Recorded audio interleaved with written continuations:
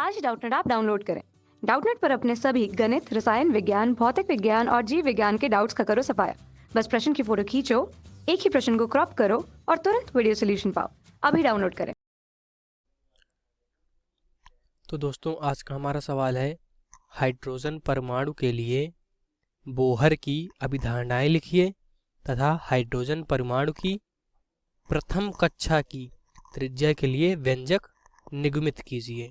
तो आइए सबसे पहले हम पढ़ते हैं हाइड्रोजन परमाणु के लिए बोहर की अभिधारणाएं। बोहर ने जो अभिधारणाएं दी थी वह रदरफोर्ड के परमाणु मॉडल की कमियों को प्लांक के क्वांटम सिद्धांत के आधार पर नील बोर ने, उनका पूरा नाम नील बोहर था, नील बोहर ने सन 1913 में उन्होंने इसके लिए पूरी 3 परिकल्पनाएं दी थी। आइए हम आपको बताते हैं कि पहली परिकल्पना उनकी क्या थी। उन्होंने कहा था कि इलेक्ट्रॉन नाभिक के चारों ओर केवल उन्हीं कक्षाओं में घूम सकते हैं जिनके लिए उनका कोणीय संवेग h/2π का पूर्ण गुणज हो, जहां पर जो h है हमारा वह प्लांक नियतांक है। इस वजह से बोहर ने माना कि नाभिक के चारों ओर चक्कर लगाते हैं एक निश्चित त्रिज्या में, इन्हीं कक्षाओं को स्थायी कक्षाएं भी कहते हैं। आइए अब देखते हैं बोहर की दूसरी परिकल्पना। बोहर ने इसमें कहा था कि स्थायी कक्षाओं में घूमते समय इलेक्ट्रॉन ऊर्जा का उत्सर्जन नहीं करते हैं। इलेक्ट्रॉन जो है वह स्थायी कक्षाओं में घूमते समय ऊर्जा का उत्सर्जन नहीं करते हैं। यही उनकी दूसरी परिकल्पना थी। आइए देखते हैं उनकी तीसरी परिकल्पना क्या थी। तीसरे नियम में उन्होंने कहा था कि जब कोई परमाणु को बाहर से ऊर्जा मिलती है तो उसका इलेक्ट्रॉन उसे ग्रहण कर ऊंची कक्षा में चला जाता है। तो आइए हम इसे एक चित्र के माध्यम समझाते हैं। देखिए, मान लीजिए ये हमारा कोई इलेक्ट्रॉन है। इसे जब हम कोई ऊर्जा देते हैं तो ये यहाँ से उठकर यहाँ बाहरी कक्षा में, बाहरी वाली कक्षा में, उसके ऊपर वाली कक्षा में चला जाता है और यहाँ पर वह सिर्फ 10⁻⁻8 सेकंड तक रहता है। इसके बाद ये वापस अपनी कक्षा में चला जाता है।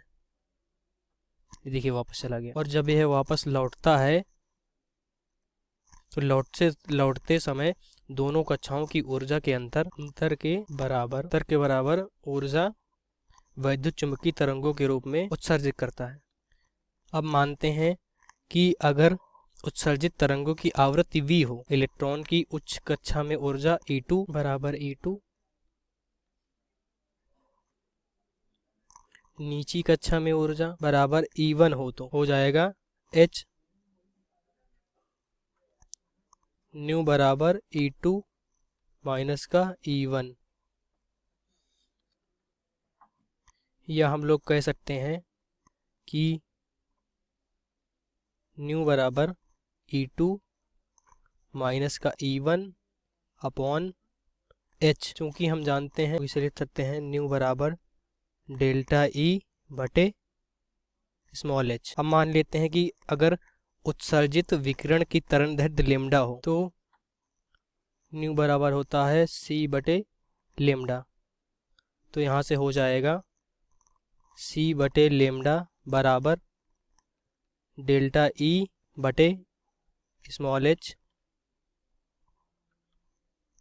या तो इसको हम कह सकते हैं लेम्डा बराबर hc बटे डेल्टा। तो इससे हमें यह पता चलता है कि ऊर्जा का उत्सर्जन केवल तभी होता है जब तक कि कोई इलेक्ट्रॉन किसी निश्चित ऊंची कक्षा से नीची कक्षा में लौटता है। यही बोहर का तीसरा नियम या तीसरी परिकल्पना थी। आइए अब हम पढ़ते हैं हाइड्रोजन परमाणु की प्रथम कक्षा की त्रिज्या के लिए व्यंजक। तो आइए हाइड्रोजन परमाणु की प्रथम कक्षा की त्रिज्या के व्यंजक के लिए एक चित्र बना लेते हैं। मान लेते हैं कि हाइड्रोजन सदस्य परमाणु एक एकल इलेक्ट्रॉन परमाणु इलेक्ट्रॉन नाभिक के चारों ओर एक अस्थायी कक्षा में घूम रहा है। तो ये इलेक्ट्रॉन हो गया हमारा। ये इलेक्ट्रॉन हो गया जो कक्षा में चारों ओर घूम रहा है। मान लेते हैं कि कक्षा की त्रिज्या जो है ये r है। नाभिक पर जो धनावेश है ये हमारा नाभिक है। नाभिक पर जो धनावेश है वो Ze है। जो इलेक्ट्रॉन है वह E है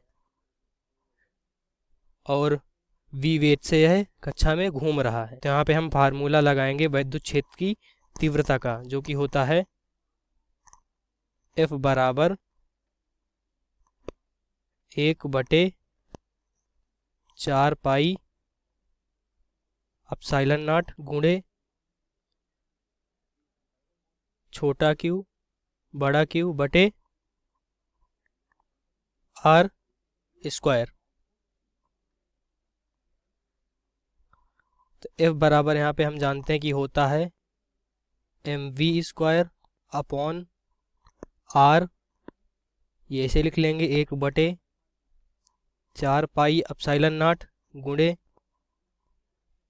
स्मॉल क्यू यहाँ पर दिया है Ze, कैपिटल क्यू यहाँ पे दिया है E और नीचे r स्क्वायर।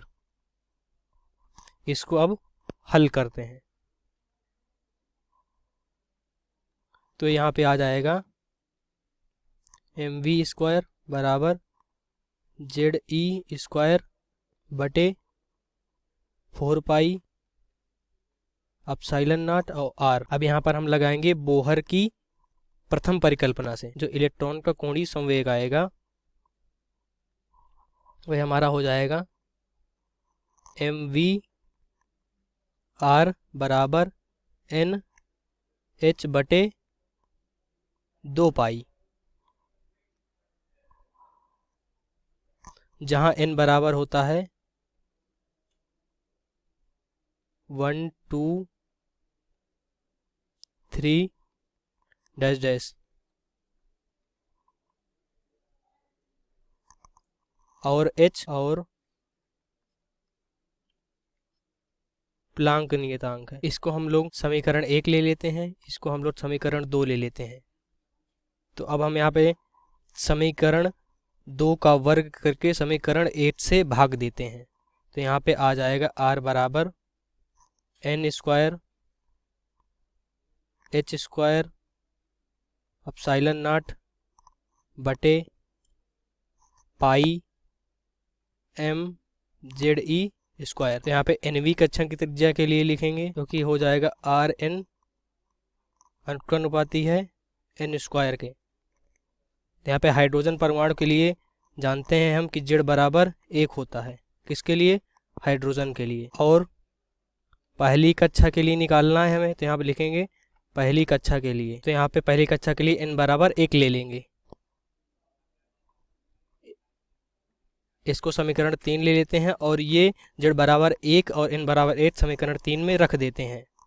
तो आ जाएगा r 1 बराबर h स्क्वायर एप्सिलॉन नॉट बटे पाई m e स्क्वायर। ये r1 बराबर h स्क्वायर एप्सिलॉन नॉट बटे पाई m e स्क्वायर, ये जो हमारा है ये हाइड्रोजन की प्रथम कक्षा की त्रिज्या के लिए व्यंजक आ गया। Thank you. कक्षा 6ठी से 12वीं से लेकर नीट IIT JEE वो एडवांस के लेवल तक 1 करोड़ से ज्यादा छात्रों का भरोसा। आज ही डाउनलोड करें डाउटनेट ऐप या व्हाट्सएप करें अपने सारे डाउट्स 8400 400 400 पर।